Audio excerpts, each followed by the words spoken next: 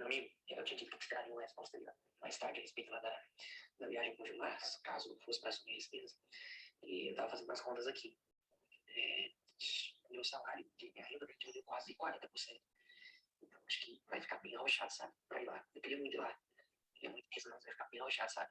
Porque eu ganhava 2.300 ali na faculdade. Aí, reduziu pra mim 300, só de 870. Então, vai ficar bem arrochado. Não vai acabar não, viu? Se fosse outro ponto que tivesse na faculdade, eu iria sem problemas. Mas é só por causa disso aí mesmo. Eu estava contando com ele ir para eu não ir. Não, eu tô achando que o pessoal lá do pastor Gilmar vão dar para trás. Declinar, né? É. Eu acho que eles pôr no papel a conta, sabe?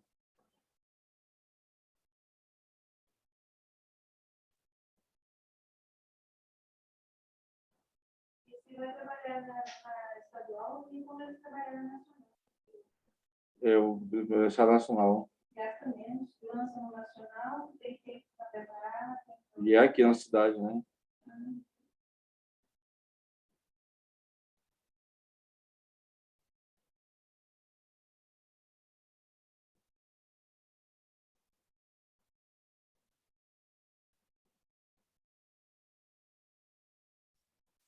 Boa noite, paz do Senhor.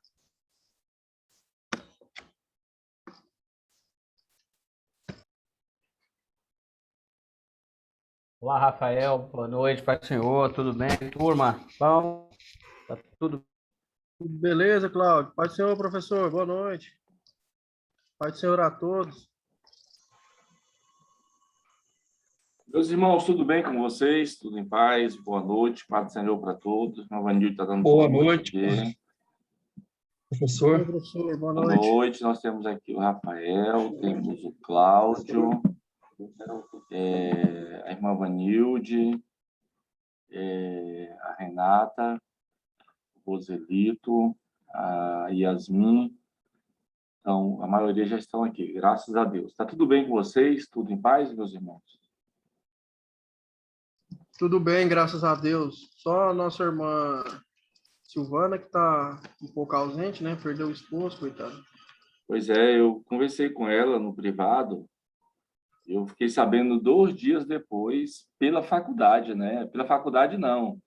Uma professora da faculdade é que perguntou no grupo dos professores se a gente estava sabendo, né? Aí eu disse que eu estava sabendo que ele estava em situação difícil, que nós tínhamos conversado aqui no grupo, eu tinha conversado com a irmã Silvana também, mas eu não sabia disso, sabe? Então, a perda é muito significativa para a família dela, né? Certamente, né? Roselito, você está bem, Roselito? Fez o exame?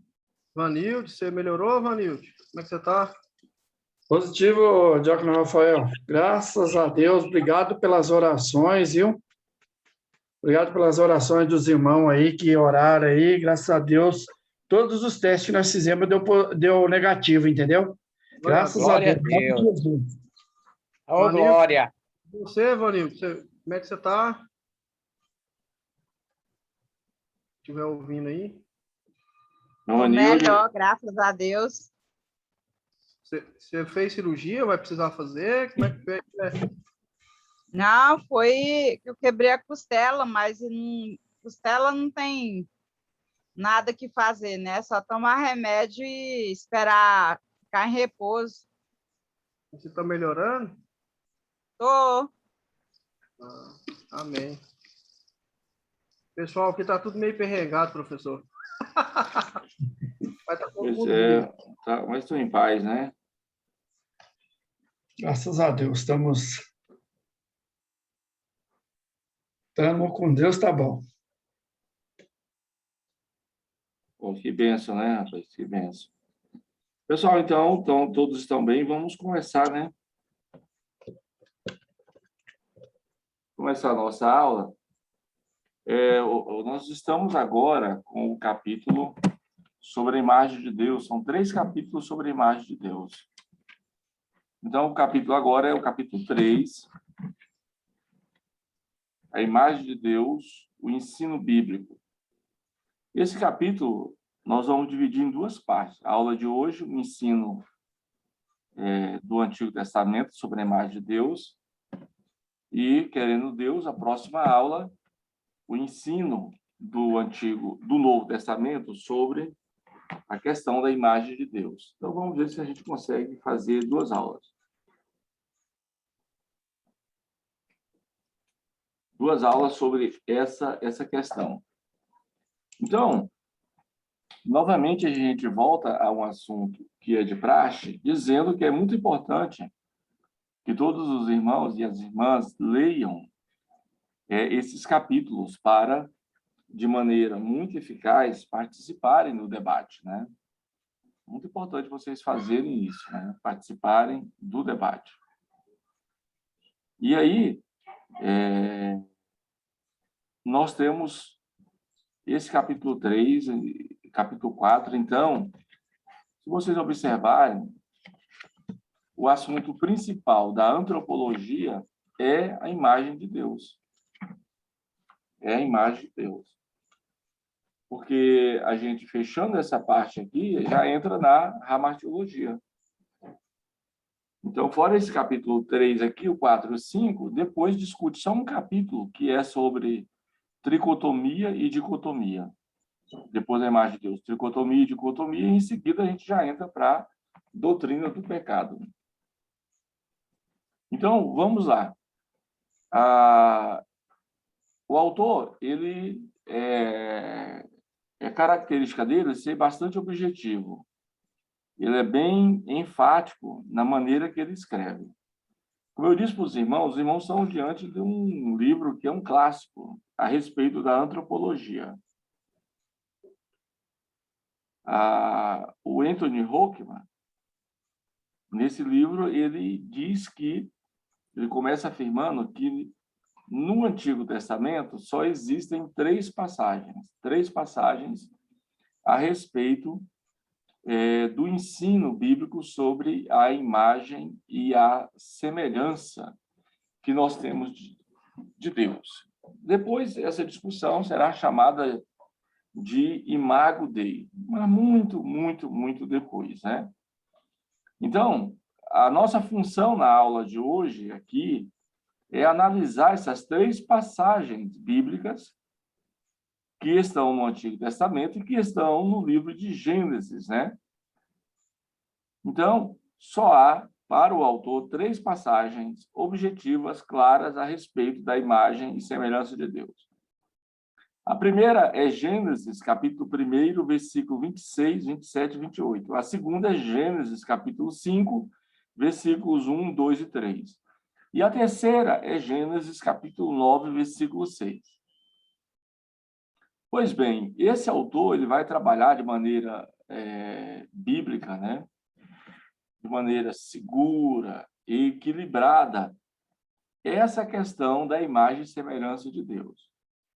Eu já vou adiantar também o pensamento do autor, como eu já falei numa aula anterior, que a imagem e semelhança de Deus, ela ganha contornos bíblicos, históricos e teológicos. E nessas perspectivas, seja bíblica, seja histórica, seja teológica, o ensino sobre a imagem e a semelhança, ou a Imago Dei, não tem a ver com uma imagem física. Então, fisicamente, a gente não se parece com Deus. Deus deve ter uma forma, como disse o João, mas a gente não sabe qual é essa forma. Então, antes da gente entrar nesse assunto, é bom observar que o escritor bíblico, e isso eu ensinei lá na Teologia 1, os escritores bíblicos usaram de linguagem antropomórficas e antropopáticas, né? Antropomórfica porque os autores, eles disseram que Deus é como se fosse um Deus feito ou que está em um corpo humano. Ele tem olhos, tem boca, tem nariz, tem ouvidos, orelhas. Orelhas não fala, mas ouvidos. Se tem ouvidos, tem orelhas, né? Evidentemente. Mãos, pés. Tem até uma expressão da edição contemporânea que diz que Deus montou nas asas de um querubim e voou. Então, de maneira geral, os autores bíblicos apresentam Deus como se fosse um composto de partes, como é o ser humano. um corpo que tem várias partes, vários membros, né?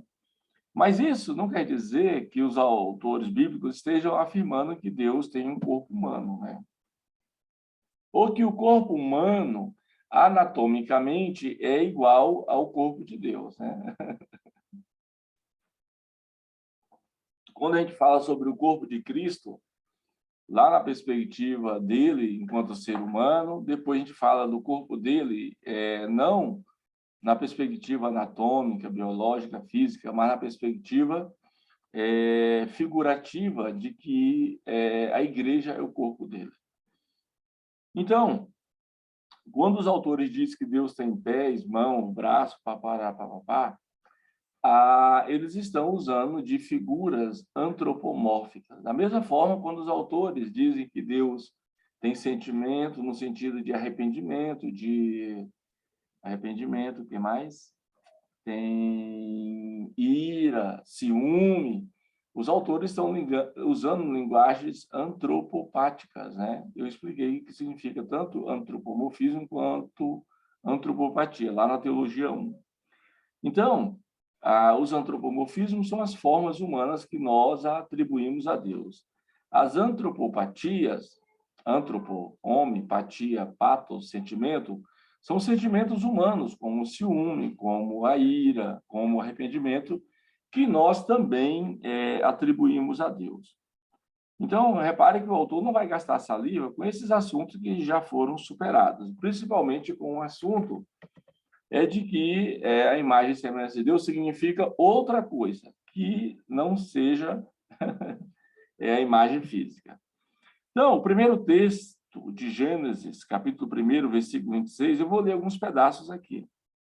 Gênesis, capítulo 1, versículo 26 ao 28.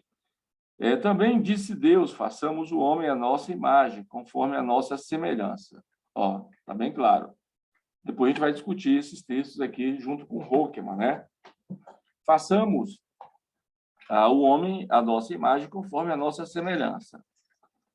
E o texto, mais um pouco na frente, diz assim: criou Deus, pois, o homem à sua imagem, a imagem de Deus o criou, homem e mulher. Está bem claro, né? Então, logo aqui no primeiro capítulo, o livro de Gênesis está ensinando a singularidade da criação. A criação, ela é singular. Por exemplo, o autor diz aqui, enquanto Deus criou cada animal segundo a sua espécie, somente o homem foi criado à imagem e semelhança de Deus. Somente o homem foi criado. Aí ele cita aqui o Bavinck, né? O Bavinck aqui em letras menores, né? Em fonte 10 está dizendo que o mundo inteiro é uma revelação de Deus, um espelho das suas virtudes e perfeições. Cada criatura é, ao seu próprio modo e em sua própria medida, uma personificação de um pensamento divino. Mas, dentre todas as criaturas, somente o homem é a imagem de Deus, a mais elevada e mais rica revelação de Deus e, portanto, cabeça e coroa de toda a criação. Então, quando a gente lê esse texto, nós devemos pensar que existem aí algumas percepções, algumas interpretações ou teorias a respeito desse texto. É isso que o autor vai dizer aqui nesse primeiro versículo, primeiro parágrafo da página 24. Ele diz que a primeira coisa que nos impressiona quando examinamos Gênesis 1 e 26 é que o verbo principal está no plural, ó. Também disse Deus, façamos o homem. O verbo aí é façamos, de fazer. Indica que a criação do homem distingue-se do restante da criação. Aí ele diz o seguinte, aqui ele vai dizer que muitos eruditos têm tentado explicar. E então aqui temos as teorias, né? Vamos à primeira. A teoria do plural majestático, né? Primeira teoria, a teoria do plural majestático. Alguns o chamam de plural majestático, ou seja, uma possibilidade bastante remota, segundo o autor, né, visto que tal plural não é mais encontrado em nenhum outro lugar da Escritura. A ideia de plural majestático é a ideia de que poderia inferir, dizer que esse texto aqui estaria falando de várias majestades, de várias divindades, sem necessariamente estar falando a respeito da Trindade. Nós voltaremos a esse assunto. Aí ele diz aqui, outros, ou seja, outra teoria, outros, nós estamos na página 24, quem está chegando agora, no segundo parágrafo. Outros sugeriram que, nesse texto, Deus está dirigindo-se aos anjos. Ó, essa é uma interpretação. Deus estaria dirigindo-se aos anjos. O que o autor diz aí, pessoal, sobre essa interpretação? Ele é bem direto. O que ele diz?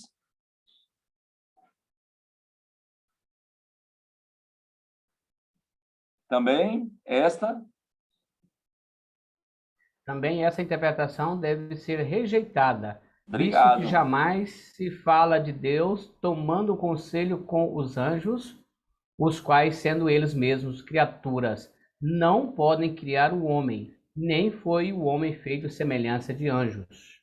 Muito bem. Lembrando que os anjos, o texto bíblico nunca disse que eles foram criados à imagem e semelhança de Deus. Também os animais nunca foram criados à imagem e semelhança de Deus. E esculpido, criado, formado a partir da própria imagem do Criador, só os seres humanos. Então, os seres humanos são a coroa de toda a criação, de toda a criação. Aí, as duas teorias, o autor recomenda que a gente rejeite, né? E aí vamos aí atrás do autor, né? Seguir a perspectiva do autor, não é isso? Aí, aqui, o autor diz o seguinte, Deus não existe como... Aí ele diz assim, em vez disso, deveríamos interpretar o plural como uma indicação de que Deus não existe como um ser solitário. Olha, então, como é que a gente deve interpretar? Se não é referência aos anjos, se não é referência a várias majestades, o autor diz que deveríamos, aqui, interpretar o plural como indicação de que Deus não existe como um ser solitário, mas como um ser em comunhão com os outros, outros entre aspas. Embora não possamos dizer que temos aqui um ensino claro a respeito da Trindade. O autor é pé no chão, né? Agorinha ele vai explicar porque ele não considera que aqui esteja tão claro sobre a Trindade, mas ele não está descartando de que não seja Trindade aqui. Agorinha voltemos a esse assunto. Continuando, aprendemos que Deus existe como uma pluralidade. Olha, essa pluralidade de Deus, nós falamos isso aos irmãos, ensinando sobre a Trindade. É o Deus Pai, o Deus Filho e o Deus Espírito Santo, uma pluralidade. Da mesma forma, Paulo ensina isso aos Coríntios, né? Do capítulo 6, a primeira carta, até o capítulo 9, ele ensina sobre isso, né? E lá ele vai deixar claramente que Jesus é Senhor nessa Trindade. Enfim. E aí o autor aqui diz que uma pluralidade. A ideia de Deus ser plural é que Deus, ele, de um lado, conforme Deuteronômio capítulo 6, ele é o Deus único, não é? Também podemos compreender que ele coexiste como Pai, Filho e Espírito Santo. Já discutimos isso na disciplina passada. O que aqui apenas, olha como esse autor é pé no chão. O que aqui apenas se vislumbra, ou seja, aqui é onde? Nesse texto que estamos discutindo, Gênesis 1. O que aqui apenas se vislumbra, o Novo Testamento mais tarde se desenvolve na doutrina da Trindade. Então, o autor está querendo dizer que aqui nós temos o primeiro vestígio da Trindade, ou um dos primeiros vestígios da Trindade. Que a gente pode pensar também que quando a Bíblia fala que o Espírito de Deus se movia sobre a face das águas, também temos ali um vestígio da Trindade. E esse vestígio da Trindade, ele vai se confirmar, ou seja, haverá as provas, as evidências lá no Novo Testamento. Então, ele já explica essa primeira passagem aqui, não é? E agora ele vai entrar, esse autor vai entrar numa discussão sobre a palavra homem. A palavra homem, no hebraico, é usada a palavra Adam. Página 25, aqui na página 25, ele até faz uma relação com a palavra Mensch, que é a palavra alemã Mensch. A palavra alemã Mensch dá a ideia de não homem em distinção de mulher, mas um homem em distinção de criaturas humanas, isto é, como masculino ou feminino. Agora, veja bem, a palavra bíblica tem um formato diferente. A palavra hebraica, Adam, está aí, ó, a palavra bem em seguida. A palavra Adam também pode, algumas vezes, significar raça humana.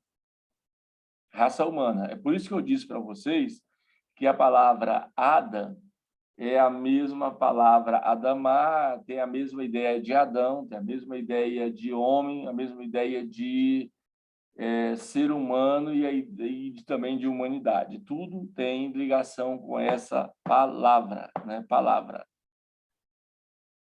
Então, repare que a palavra homem, ela é muito ampla, né?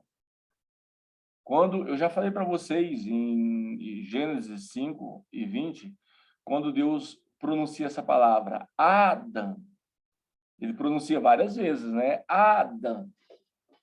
Ou seja, ele está dizendo Adão. Ele está chamando humanidade. E eu disse também para vocês um dia que quando ele chama Adão, ele está chamando também não só o homem, quanto a mulher. Então, quando ele fala Adão, ele está se referindo tanto ao homem quanto à mulher. É nesse sentido que Paulo disse que em Deus não há homem e não há mulher. Todos somos Adão em Deus.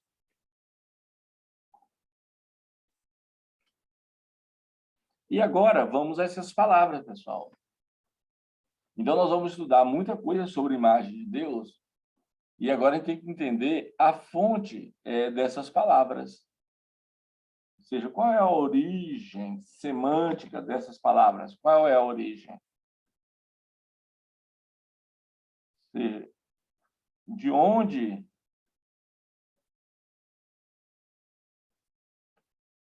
onde nós podemos, por exemplo, buscar o significado para a imagem e semelhança? Na própria Bíblia, né? Vamos lá. Agora, o próximo parágrafo aí, ó, página 25. Passemos agora aos vocábulos principais. São 2 vocábulos. Como a imagem alguns pronunciam tselen, outros pronunciam selen, né? A palavra traduzida como semelhança é demu, outros pronunciam demute. Então, repare que existem 2 palavras diferentes. Uma é tselen para imagem e a outra é demute para semelhança. Olha onde nós estamos entrando, hein? Nós estamos tentando aqui descobrir se há diferença entre imagem e semelhança. Então, vamos lá. No hebraico, segundo ele, não existe qualquer conjunção entre as 2 palavras. Não existe conjunção.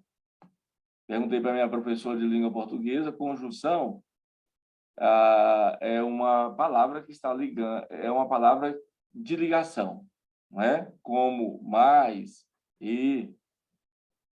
Então, o texto simplesmente diz o seguinte: façamos o homem à nossa imagem, conforme a nossa semelhança. Aí ele diz, tanto a Septuaginta, a primeira tradução do hebraico para o grego, e a Vulgata, a primeira tradução do grego para o latim. Vocês sabem disso, né? Inserem e entre as 2 expressões, dando a impressão de que imagem e semelhança se refere a coisas diferentes, dando a impressão. Aí, continuando aqui no nosso texto, ele diz o seguinte: o texto hebraico, contudo, deixa claro que, essencialmente, não há diferença entre o significado. As palavras são diferentes, pessoal, as palavras. mas o significado converge para a mesma coisa, certo? Então, ele diz, o texto hebraico, contudo, deixa claro que, essencialmente, não há diferença entre ambas. Conforme a nossa imagem, é apenas uma maneira diferente de dizer a nossa imagem. Ou seja, conforme a nossa semelhança significa a mesma coisa de dizer a nossa imagem. Então, eu estou aqui, ó, e aí eu posso dizer o seguinte, eu tenho 2 filhos. A Nicole, 25, Mateus, 23. Então, eu posso dizer, a Nicole é conforme a minha semelhança, que ela se parece comigo. Mas eu posso dizer também que a Nicole é conforme a minha imagem, porque ela se parece comigo. Os 2 termos estariam sendo usados apropriadamente. Ela, minha filha, é conforme a minha semelhança, que tem semelhança comigo. Semelhança física, semelhança moral. Da mesma forma, eu posso dizer que ela é a minha imagem, porque, de uma certa maneira, ela se parece comigo, se parece com a minha família, etc, etc. Certo, pessoal? Então, o autor está caminhando aqui para dizer que essas 2 palavras, elas convergem para o mesmo significado, de que semelhança e imagem é a mesma coisa. Repito, o autor está aqui nos fazendo entender que imagem e semelhança é a mesma coisa, né? E aí ele vai dizer que isso é confirmado em vários lugares. Está aqui o texto, ó, certinho? Confirmado em Gênesis 1, em Gênesis 5 e em Gênesis 9. Ok? Alguma observação, pessoal, até agora, sobre essas primeiras observações, questões aqui discutidas? O professor está bem especificado aí no texto, né? Acho que está... E a paciência do senhor explicar, acho que está ótimo. Bom para mim, né? Para a minha visão. Professor, eu gostaria só de ouvir do senhor quais são esses aspectos em que nós somos essa semelhança de Deus, essa imagem de Deus. Isso. Aí é o Qual seguinte, sentido? certo. Aí nós vamos chegar lá, não hoje... Não sei se está dentro do contexto da aula, professor. Hã? Sim. Isso. Eu não sei se está dentro do contexto da aula a minha pergunta. Está dentro do contexto da disciplina, né? Da disciplina. Uhum. Nós estamos, nesse momento, analisando o que a Bíblia ensina no Antigo e Novo Testamento sobre a imagem de Deus. Até agora, esse capítulo ele não nos dirá sobre o que significa, né? Mas o que a Bíblia ensina. Aí depois nós teremos o capítulo 4, que é a imagem de Deus no panorama histórico. Aí nós vamos dizer, por exemplo, Irineu vai dizer que a semelhança de Deus é que só os cristãos que tinha, né? E o homem caído não tinha semelhança, mas só a imagem. E, finalmente, nós iremos no capítulo 5 verificar aqui o que significa teologicamente a imagem e semelhança de Deus, viu? Vamos ter aí 2 capítulos para discutir, um do ponto de vista histórico, ou seja, o que todo mundo da teologia disse sobre isso e o que a própria teologia dirá sobre isso, viu? Nós vamos chegar lá. Muito bem, meu pessoal. Ok. Mais alguém? Por gentileza, Rafael. Pelo meu, assim, eu sei que o senhor falou que a gente vai discutir mais na frente, mas parece que aqui o autor dá a entender, assim, não vi tudo, mas pela discussão que nós estamos falando, parece que o autor dá a entender que tem o mesmo significado a imagem, semelhança. Isso. Esse é o ponto de apoio. Aí, Rafael, nós começamos aqui, ó. Porque se a gente, por exemplo, começar o estudo pensando que imagem é uma coisa e semelhança é outra, aí a gente depois terá problema nos 2 próximos capítulos, porque os autores lá, de maneira geral, vão entender como está aqui. Aqui é a base, né? Aqui é a base de sustentação. Então, depois, os autores vão dizer, teologicamente, o que significa a imagem de Deus. Aí, a palavra semelhança, Rafael, ela vai sendo na história substituída, né? Substituída pela palavra imagem. Então, construíram tanto essa ideia de que imagem e semelhança é a mesma coisa, que esse estudo hoje é chamado de imagem de Deus, né? E não de semelhança e imagem, ou imagem e semelhança. Então, por quê? Porque a base aqui nos oferece a oportunidade da gente entender que semelhança e imagem é a mesma coisa. Portanto, dentro da teologia, historicamente, foram unindo isso e ficaram com uma palavra só, que é imagem, né? Por isso que essa doutrina aqui, é chamada de Imago Dei, né? Imago Dei. Então, imagem e semelhança são palavras que no hebraico são palavras diferentes, mas apresentam significados parecidos, né? Parecidos. Tão parecidos que hoje ficamos só com uma das duas palavras, já que as duas palavras convergem, caminham para o mesmo sentido, por que usar as duas? Aí hoje a gente usa só uma, que é a palavra imagem, né? Imagem. Professor, por que será que o autor usou, então, duas palavras no original? Não, aí vamos lá, Rafael. O autor está usando duas palavras no original, porque no original, ou seja, no texto bíblico, nós temos as duas palavras. Gênesis capítulo 1, Gênesis capítulo 5 e Gênesis capítulo 9. Essa palavra, a imagem e semelhança, só aparece nessas três passagens em todo o Antigo Testamento. Então, ele usou sempre as duas palavras, mas o que eu quero dizer novamente é que o autor está caminhando para dizer para nós que as duas palavras possuem o mesmo significado. Portanto, imagem e semelhança é a mesma coisa. É a mesma coisa. Pessoal, E no caso, para não confundir, seria mais simples usar a imagem, em vez de semelhança, usar a imagem, né, professor? Isso, exato. Nós estamos usando as duas. A pergunta do Rafael é importante, por quê? Por que o autor usou? O Rafael perguntou, né? Por que o autor usou as duas palavras?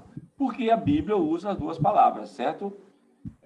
Mas no decorrer aí da construção da própria teologia, foi se perdendo aí a ideia de semelhança e ficou só imagem. Por isso que chama de a Imago Dei, né? A Imago Dei. Mas a gente não poderia começar usando só uma palavra, né? Porque depois você ia me perguntar, por que a gente usa só uma, e sendo que são duas, né? Aí isso aqui é para você entender, nós estamos aqui na Gênesis do uso dessa palavra, né? E a primeira aparição é Gênesis, nós estamos na Gênesis, ou seja, nós estamos no início do uso dessa palavra aqui no livro de Gênesis, né? De Gênesis, não confundam na Gênesis com o Gênesis, viu? São coisas diferentes, viu? Então, aqui o autor, ele vai seguir essa perspectiva, ele montou aqui a tese dele. Como, no geral, claro, um ou outro autor vai discordar dele, mas na antropologia, esse é o pensamento que predominou, pessoal. Esse é o pensamento, é claro. A gente vai passar aí, o Cláudio fez a pergunta agora há pouco, sobre o que significa teologicamente, né? Aí tem muita treta, viu, Cláudio? Tem muita treta, viu? Aí tem Irineu, tem Calbart, tem Emil Brunner, aí tem Tomás de Aquino. Só para vocês terem uma ideia aqui, ó. Eu vou mostrar algumas teologias sistemáticas que não são tão comuns aqui, ó. Olha aqui, ó. Isso aqui é uma teologia sistemática, isso aqui. Essa teologia sistemática aqui é do Emil Brunner. Teologia sistemática do Emil Brunner.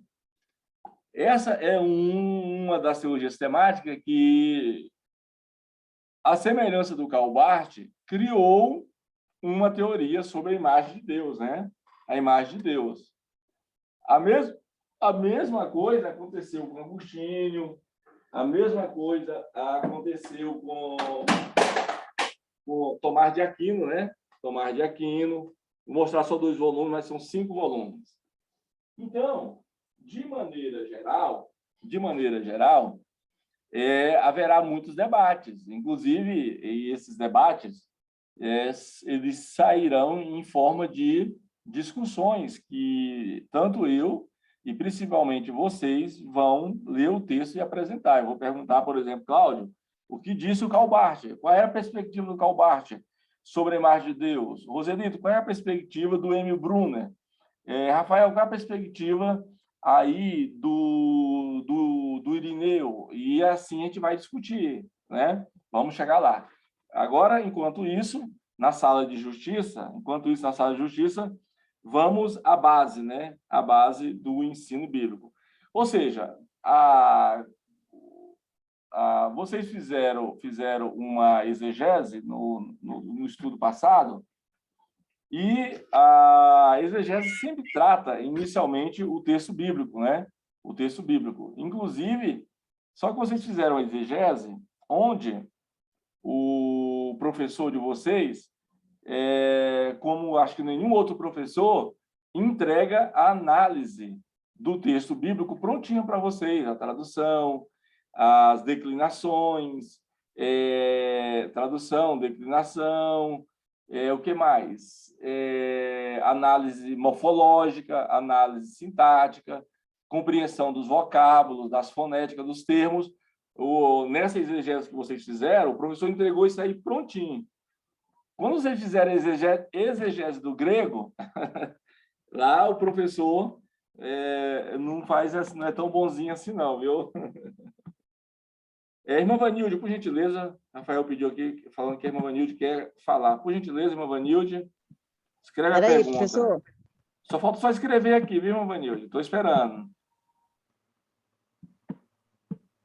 Professor, enquanto ela fala aí, eu antes do senhor falar aí, eu pensava que essa questão da imagem e semelhança, eu tinha para mim que a imagem era a imagem, né, física, e a semelhança era comportamental. Eu pensava que era isso. Isso. Essa primeira parte da sua percepção, por exemplo, de que a imagem é física, né? E essa percepção, é claro que é só a percepção, mas o próprio estudo lá atrás, ele não se firmou, né? A imagem de Deus como uma imagem física. Agora, a segunda parte que você apresentou aí, faz parte dos estudos. O Agostinho entendia, a gente vai chegar lá nessa parte teológica, o Agostinho entendia que a imagem de Deus no ser humano é uma imagem moral. Então, Deus é um Deus que, nos seus atributos morais, ou seja, seus atributos comunicáveis, ele é santo, ele é justo, ele é misericordioso, ele é bondoso, ele é amoroso. Ou seja, esses mesmos atributos, eles estão no ser humano. Estão no ser humano, porque o ser humano reflete a moralidade de quem o criou. Então, vai ter essa parte também, Rafael, que a gente vai estudar. Fala, Vanilde. Oi, irmã Vanilde, pode falar. Não tem nada a ver com a aula, não, mas é só para mim. De repente, o senhor pode me dar uma dica. O que o senhor pode indicar para a gente criar uma rotina de estudo, para a gente ter mais, sei lá, parar de procrastinar, não sei. Alguma coisa assim. O senhor não tem uma técnica para poder orientar aí em questão da gente ter um hábito de leitura?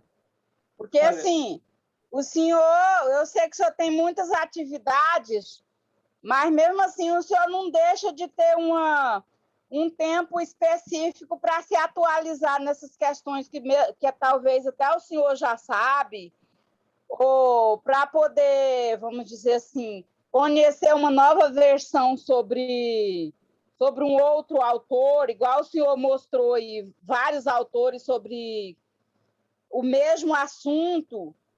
Então, assim, eu sei que em decorrer de tudo, Mesmo assim, o senhor está vendo novas atualizações, novos autores, e para isso demanda tempo, demanda muita dedicação, e talvez o senhor tenha uma técnica aí para poder me orientar.